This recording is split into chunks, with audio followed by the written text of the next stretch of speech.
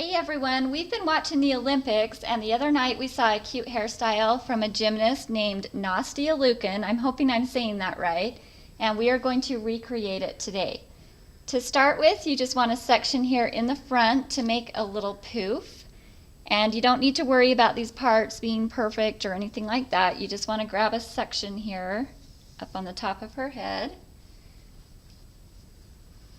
Alright, so after you get that part sectioned off, what I do to make the poof, you could either rat it if you wanted up in this area, but I'm not going to do that.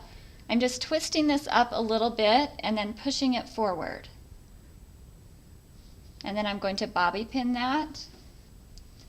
I would imagine in gymnastics, bobby pins may be against the rules. So you may want to use an elastic instead if you're actually going to be using this for gymnastics. So now that we have that little poof in place, we're going to make 2 French braids, just one on each side of her head. And to do that, I'm going to make a part down here by her ear, kind of angled upwards towards the poof and the middle of her head.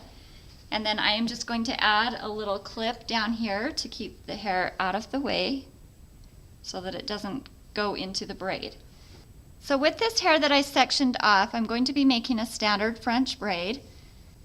The braid that we saw on the gymnast was kind of a loose braid. It wasn't anything tight or perfect. It was more of a messy look.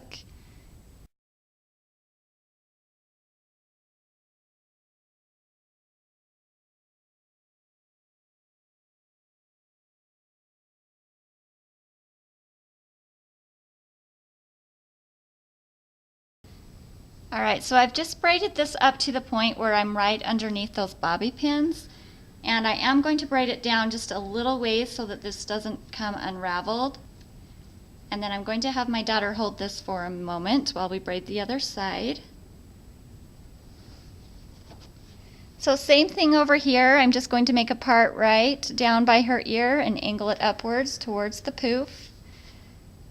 And then I'm going to clip this area off again so that we don't add that hair and just make another French braid.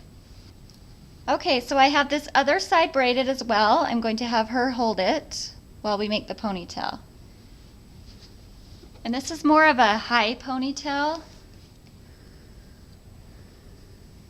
I'm bringing it up higher on her head than I normally would. Then I'm just going to add in these braids on either side and then rubber band that together.